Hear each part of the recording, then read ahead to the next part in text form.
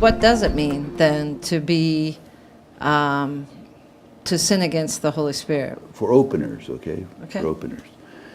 I think that when we try to understand these passages, we end up having to think about the Holy Spirit as being the deep inner voice within that is as close as any of us ever come to the presence of God.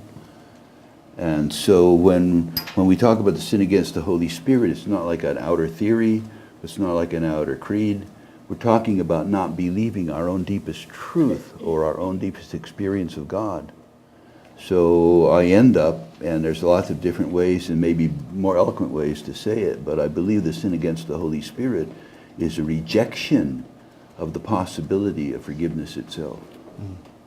That deepest voice within that is connected to all the way to God. It's not simply our own deepest voice, but it's a voice that hears the God the clearest. It is our connection, our living, breathing connection to this living God. The tradition is actually over and over seen the Holy Spirit as the Spirit of the living Christ. It is Christ alive for us, alive within us as Christians. And when you look at the way the Holy Spirit acts in the Bible, take the book of Acts, for instance, which just is, follows Luke's gospel, is the sequel is Acts. And every time the Holy Spirit comes up, the Holy Spirit acts like Jesus acts. It's that living presence of Christ for us and within us that speaks most deeply to our souls.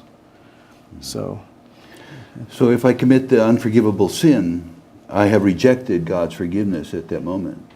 If I stop rejecting God's forgiveness, then I'm no longer in the unforgivable sin.